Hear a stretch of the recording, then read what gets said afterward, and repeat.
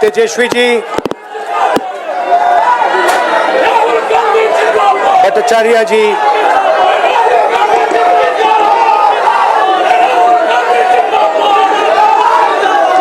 राजेश राम जी, मुकेश साहनी जी, अनिल जैन जी, शशि प्रजापति जी और भाइयों और बहनों, आप सबका यहाँ बहुत बहुत स्वागत। आपसे माफी चाहता हूँ कि इतनी गर्मी में आपको यहाँ बैठा दिया है। ये शामियाना भी बंद था बिल्कुल।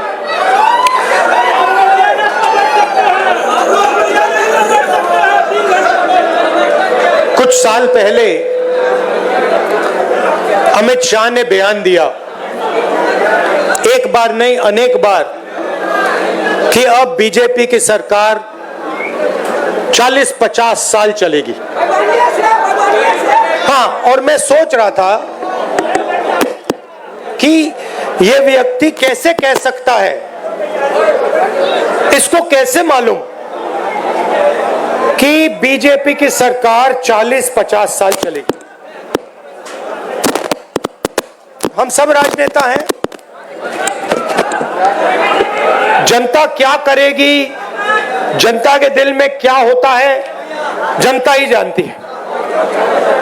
तो ऐसा बयान देना कि अब हमारी सरकार 40-50 साल चलेगी, यह अजीब सा बयान है।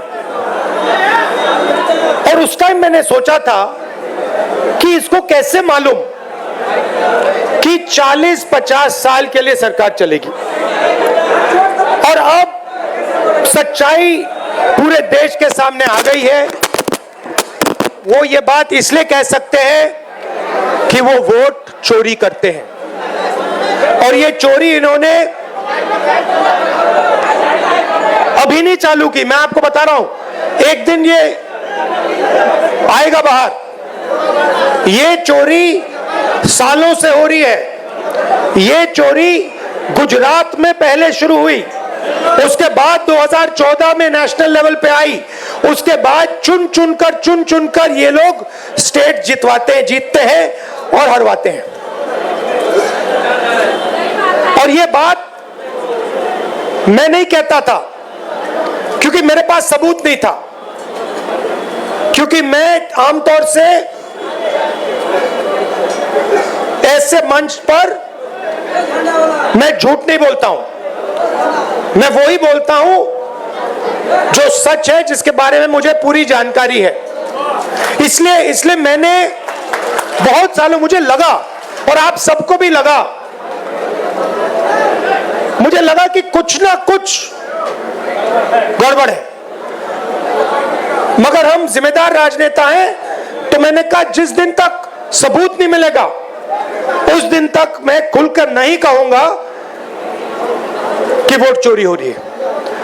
और फिर क्या होता है, महाराष्ट्र और हरियाणा के चुनाव आते हैं, सबसे पहले डेट बदल देते हैं, चुनाव की डेट बदल देते हैं।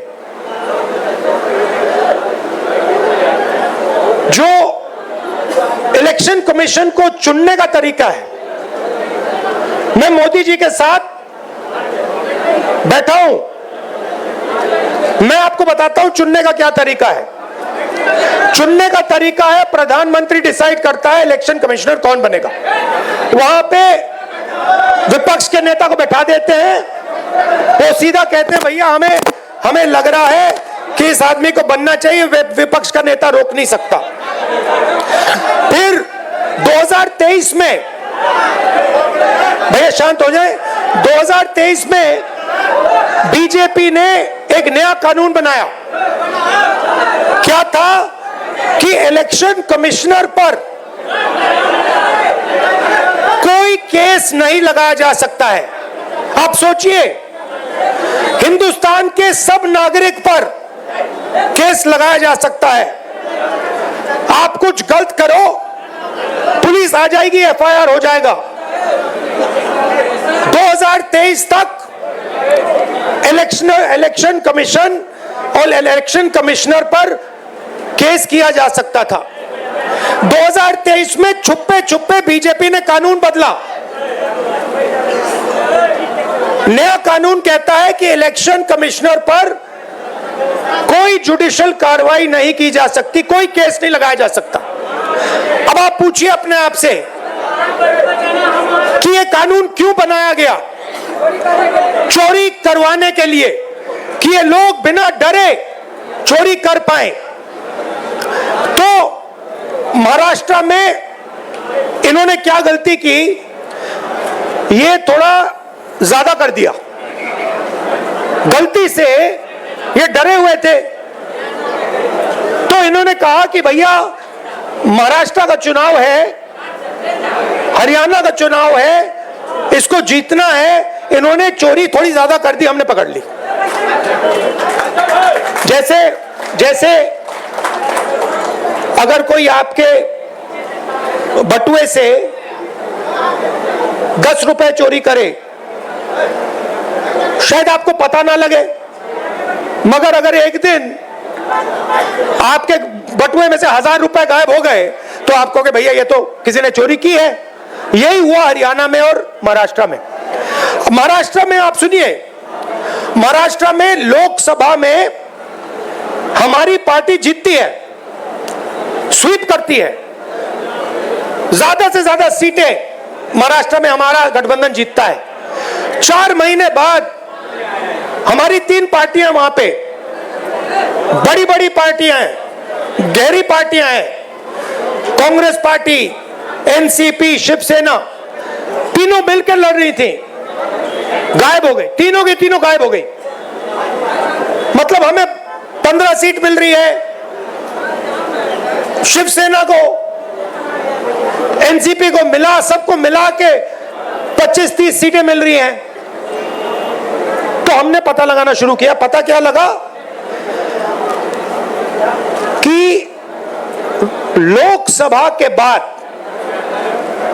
इलेक्शन कमीशन ने लाखों, तकरीबन 1 करोड़ से थोड़े कम नए वोटर लिस्ट में डाल दिए। नए वोटर लिस्ट में डाल दिए, और जहां भी नए वोटर आए वहां पे बीजेपी जीती। हमारे वोट कम नहीं हुए। अगर लोकसभा में हमें 100 वोट मिले, विधानसभा में हमें 100 वोट मिले, हमारे वोट कम नहीं होते, बीजेपी के बढ़ते हैं। कहां बढ़ते हैं? जहां नए वोटर आए। और हमने पूछा इलेक्शन कमीशन से कि भैया बताइए ये हैं कौन, ये कहां से आए, इनकी लिस्ट दीजिए हमें। इलेक्शन कमीशन कहता है नहीं देंगे। क्या कर लोगे? हम नहीं देंगे। उसके बाद हमने कहा देखिए वीडियोग्राफी का कानून है, आपने देखा होगा पोलिंग बूथ में वीडियो कैमरा लगे हुए हैं, देखा आपने? हमने कहा चलो लिस्ट नहीं देनी तो वीडियोग्राफी दे दो, हम देखना चाहते हैं कितने लोगों ने वोट किया, कब किया। कहते हम नहीं देंगे। और उसके बाद उन्होंने कानून बदल दिया और कहा कि 45 दिन के अंदर वीडियोग्राफी को रद्द कर दिया जाएगा, डिस्ट्रॉय कर दिया जाएगा। तो महाराष्ट्र में हमने पकड़ लिया इनको, हरियाणा में भी यही किया। फिर मैंने क्या किया, मैंने कांग्रेस पार्टी के हमारे जो लोग हैं उनसे कहा कि एक काम करो, कर्नाटक में एक सीट में जाकर गहराई से देखो हुआ क्या। तो बेंगलोर सेंट्रल सीट हमने चुनी और उसमें एक असेंबली में हमने काम शुरू किया। कागज की लिस्ट थी, 8 फुट कागज के, मतलब इतने बड़े, 200-300 किलो के लिस्टें थी कागज की। उसमें क्या करना है? आपका नाम क्या है? हाँ आपका नाम? हाँ, उसमें क्या करना पड़ा हमें? मोहम्मद अख्तर जी का चेहरा लाखों दूसरे चैनलों से फोटोग्राफ को मिलाना पड़ा। मतलब इनकी फोटो देखी और हर फोटो से मिलानी पड़ी, इनका नाम देखा, हर नाम से मिलाना पड़ा, इनका एड्रेस देखा, हर एड्रेस से मिलाना पड़ा। 6 महीने लगे। 30-40 लोग 16-16 घंटे काम किए। हमें पता लगा कि महादेवपुरा असेंबली में 1 लाख फर्जी वोटर थे। कोई वोटर 4-5 बार उसका नाम आ रहा है, इस बूथ में आ रहा है, इस बूथ में आ रहा है, इस बूथ में आ रहा है, उस बूथ में आ रहा है। छोटा सा घर है, 1 बेडरूम का घर है, उसमें 70-80 लोग रहते हैं। जब हमने आदमी भेजा, भाई पता लगाओ इसमें 70 लोग रहते हैं, कहते भैया यहां तो कोई रहता नहीं है, यहां तो 4 लोग रहने। 1 लाख नए वोटर इन्होंने एक असेंबली में ऐड कर दिए। अब सुनिए, अगर आप उस असेंबली को हटा दो, माधेपुर वो बेंगलोर सेंट्रल में 7 असेंबली हैं, अगर आप उस असेंबली को हटा दो तो 6 की 6 में कांग्रेस पार्टी जीत रही थी। अगर आप वो एक असेंबली जोड़ दो, वो जो 1 लाख वोटर ऐड किए वो सारे के सारे बीजेपी को गए और बीजेपी लोकसभा जीत गई। अब हमने प्रेस कॉन्फ्रेंस की, देश के सामने, दुनिया के सामने, और दूध का दूध पानी का पानी हो गया। आप नोट करो, बीजेपी के एक नेता ने, आमतौर से हर चीज पे टिप्पणी करते हैं, मेरे प्रेस कॉन्फ्रेंस पे बीजेपी के एक नेता ने बयान नहीं दिया। मोदी जी ने एक शब्द नहीं बोला, अमित शाह ने एक शब्द नहीं बोला। जब चोर को पकड़ा जाता है, चोर बिल्कुल चुप हो जाता है। जब पुलिस वाले उससे पूछते हैं क्या किया, बिल्कुल चुप हो जाता है, कुछ बोलता नहीं हो, क्योंकि जानता है कि भैया पकड़ लिया, फंस गया। तो ये हुआ है। अब वोट का क्या मतलब है? आप कहोगे ठीक है भैया, बीजेपी वोट ले गई, वोट बढ़ा दिए, बिहार में 65 लाख वोट कम कर दिए। अच्छा, इनका तरीका मैं आपको बताता हूं। ये क्या करते हैं, ये 65 लाख वोट कम करेंगे और फिर 65 लाख वोट जोड़ेंगे। ये इनका गेम है।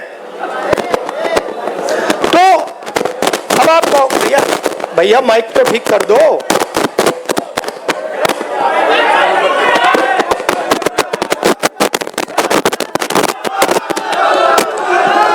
हेलो, जस्ट गेट ये भैया कह रहे हैं कि हिल रहा है इसलिए बाइक नहीं चल रहा। भैया ये बिहार की क्या हालत है कि मेज हिल रही है तो माइक नहीं चल रहा। तो अब आप कहोगे ठीक है भैया, इलेक्शन चोरी कर रहे हैं, तो क्या हुआ मैं आपको बताता हूं। देखिए, इस संविधान में लिखा है कि हिंदुस्तान के हर नागरिक को 1 वोट मिलेगा। 2 नहीं मिलेंगे, 5 नहीं मिलेंगे, आधा नहीं मिलेगा, 1 मिलेगा। मतलब अगर दलित है, ईबीसी है, पिछड़े वर्ग के हैं, मुसलमान हैं, हिंदू हैं, जो भी हैं, 1 वोट मिलेगा, 2 नहीं, आधा नहीं। अंबानी जी का जो बेटा है उसे उतने ही वोट मिलते हैं जितने देश के सबसे गरीब बच्चे को मिलते हैं। 1। और वोट को सबसे ज्यादा किसको जरूरत होती है? आप क्या सोचते हो, अंबानी जी को वोट की जरूरत है? कोई फर्क पड़ता है उनको? वोट डाले ना डाले कुछ फर्क नहीं पड़ता। बैंक के दरवाजे उनके लिए खुले हैं, कर्जा माफ उनका खटाखट होता रहता है। उनका बच्चा कहता है भैया मुझे बिजनेस करना है, 2 मिनट में बिजनेस कर सकता है। वोट किसको चाहिए? वोट हिंदुस्तान के गरीब लोगों को चाहिए, क्योंकि इसके बिना आपके कोई अधिकार नहीं है। आजादी से पहले जब आपके पास वोट नहीं था, कोई अधिकार नहीं था। दलितों को कहा जाता था कि भैया आपको हम छुएंगे नहीं, आप यहां अपना चेहरा नहीं दिखा सकते। पिछड़ों को कहा जाता था कि भैया आपकी कोई जगह नहीं है, सरकार में कोई जगह नहीं है, शिक्षा के सिस्टम में कोई जगह नहीं है। ये सारा का सारा जो आया है, ये आजादी के बाद संविधान के कारण आया है। और संविधान क्या है?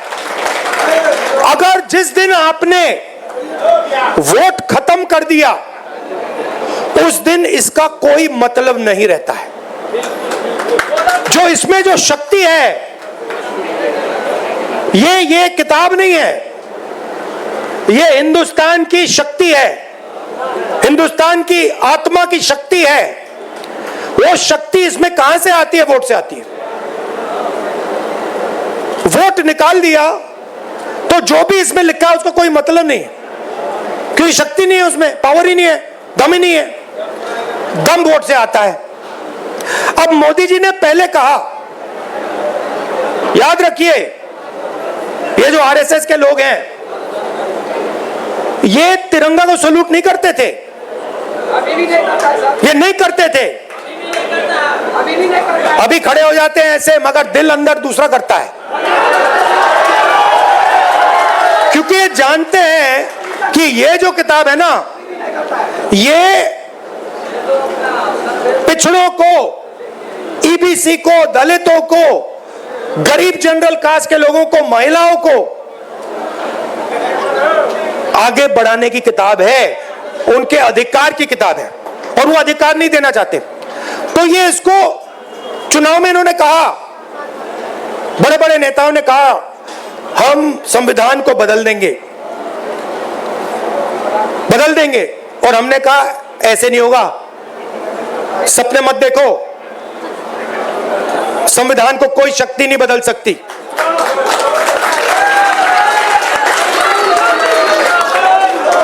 मगर हमें यह नहीं मालूम था, शक था, मगर सबूत नहीं था कि ये इसको खत्म करने में लगे हुए हैं, क्योंकि ये वोट चोरी कर रहे हैं। तो हम आके यहां भाषण देंगे, मैं भाषण दे रहा हूं, और मैं कहना चाहता हूं जो तेजस्वी जी ने कहा, अंबेडकर जी का सपना, गांधी जी का सपना, कर्पूरी ठाकुर जी का सपना, उसको पूरा करना चाहते हैं। मगर अगर वोट नहीं है, उसको कोई मतलब नहीं है। हम यहां जितने भी भाषण करना चाहें, हम कुछ नहीं कर पाएंगे अगर वोट नहीं है। मैंने भाषणों में कहा, भैया 50% की जो दीवार है रिजर्वेशन की, उसको हम तोड़ देंगे, बिना वोट के नहीं तोड़ सकते, सवाल नहीं उठता। हम मतलब भाषण देते रह जाएंगे। अगर वोट चला जाएगा, आरएसएस का कंट्रोल हिंदुस्तान की संस्थाओं पर होगा, और जो प्रगति होनी चाहिए वो नहीं होने वाली। इसलिए हमने वोटर अधिकार यात्रा यहां शुरू की। आप क्या सोचते हो, एक बार आपका वोट चला गया, उसके बाद भैया राशन कार्ड जाएगा, उसके बाद आवास जाएगा, उसके बाद जमीन जाएगी। ये अंबानी आता, अदानी आता है और किसानों की जमीन ले जाता है। किसान लड़ कैसे पाते हैं? लड़ इसलिए पाते हैं क्योंकि ये है, क्योंकि किसान कहता भैया अगर आपने हमारी जमीन ली तो देखना चुनाव में हम आपको दिखा देंगे। अगर ये चला गया तो किसान कुछ नहीं कर पाएगा, मजदूर कुछ नहीं कर पाएगा, सारा का सारा डर जो है चला जाएगा। मोदी जी आपको टीवी पे दिखते हैं, एक बार चोरी पूरी हो गई वो दिखेंगे भी नहीं, वो अंदर बैठ जाएंगे रेसकोर्स रोड के। वो अलग बात है कि थोड़ी देर बाद बैठना पड़ेगा उनको, क्योंकि इतना गुस्सा है जनता के दिल में। बिहार को देखो, यहां पे आप यात्रा में आओ, देखो क्या हो रहा है। मतलब लाखों लोग आ रहे हैं, कह रहे, बच्चा बच्चा कह रहा है वोट चोर वोट चोर वोट चोर। अच्छा, बच्चे को समझ आ गई बात। मेरे पास बच्चे आ रहे हैं, कान में कह रहे हैं वोट चोर है, वोट चोर, मोदी वोट चोर है, और मीडिया वालों की बात समझ नहीं आ रही। अच्छा, इनसे पूछना, एक बात पूछना इनसे, अभी मीटिंग के बाद इनसे पूछना, भैया एक बात समझाइए, ये जो आपके एंकर हैं, ये जो आपके एडिटर हैं, इनमें ईबीसी ओबीसी दलित क्यों नहीं दिखाई देते? ये जो बड़े बड़े रिपोर्टर हैं, ये करते हैं, टॉक शो करते हैं, डिबेट करते हैं, इनसे पूछिए भैया 90% आबादी इसमें है क्यों नहीं? एक आपको ओबीसी नहीं मिलेगा, एक दलित नहीं मिलेगा, एक बैकवर्ड नहीं मिलेगा, नहीं मिलेगा, पूछ लो, एक नहीं मिलेगा। ये भैया आपकी आवाज नहीं है, ये बात याद रखिए, ये नरेंद्र मोदी की आवाज है। इनकी गलती नहीं है बेचारों की। देखिए, इनको सैलरी लेनी है, इनको बच्चों को स्कूल भेजना, इनकी गलती नहीं है, इनके मालिकों की बात कर रहा हूं, इनकी मजबूरी है बेचारों की, है ना। तो देखिए, मैं आपको बताता हूं, मुझ में अजीब सी बात है, जब मैं छोटा सा था तब से, जब मैं मन बना लेता हूं ना कि ये करना है, बस गया काम, वो होगा। और मैं बता रहा हूं, मैं मतलब आधा काम नहीं करता हूं। मैंने कहा था कि जमीन अधिग्रहण बिल होगा, आधी कांग्रेस पार्टी खिलाफ खड़ी हो गई थी, मैंने कहा भैया आप करो जो करना है, ये होगा, मैंने करवा दिया। तो मेरा कहना है, एक बात आप लोग समझ लीजिए कि 90% जो लोग हैं, तकरीबन 50% बैकवर्ड कास्ट में आते हैं, उसमें ईबीसी है, ओबीसी है, तकरीबन 15% दलित हैं, उसमें महादलित भी हैं, तकरीबन 15% माइनॉरिटीज हैं।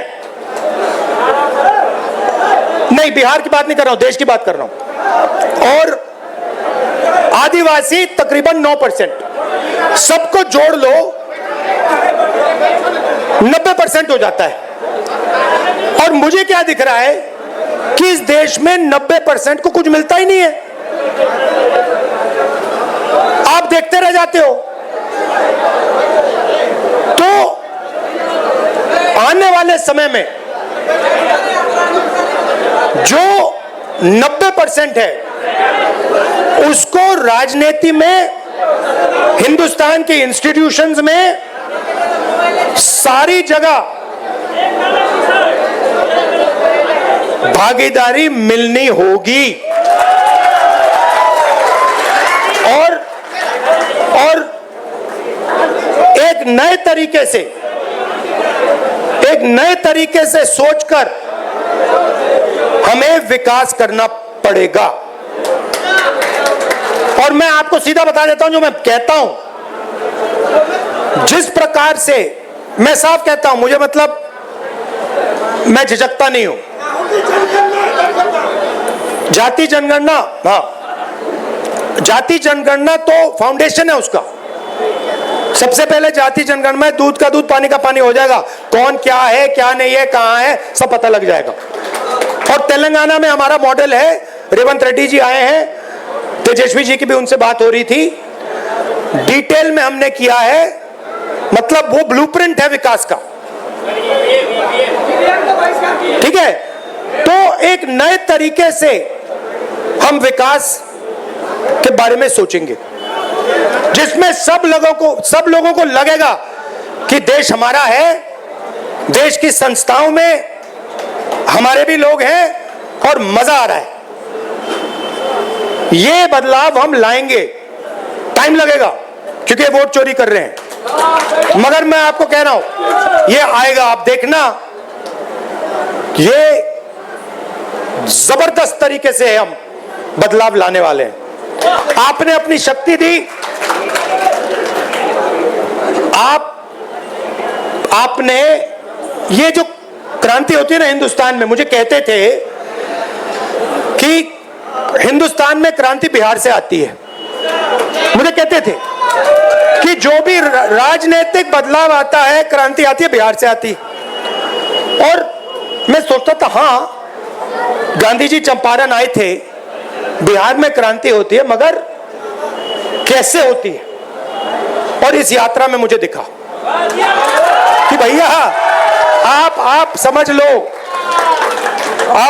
लो कि यहां पे जो आपने किया है ना, ये जो नारा दिया है वोट चोर वोट चोर, ये आपने बिहार से पूरे देश में फैला दिया है। पूरे देश में फैला दिया आपने। अब मोदी जी भाषण देंगे और वहां पे उनके सामने छोटे छोटे बच्चे कहेंगे वोट चोर वोट चोर वोट चोर। लग गया ठप्पा। तो मैं आपका धन्यवाद करना चाहता हूं, और जिन्होंने रास्ता दिखाया, किसने? कर्पूरी ठाकुर जी ने, मंडल जी ने, अंबेडकर जी ने, गांधी जी ने, जिन्होंने हमें रास्ता दिखाया, उनका मैं दिल से धन्यवाद करता हूं। नमस्कार, जय हिंद।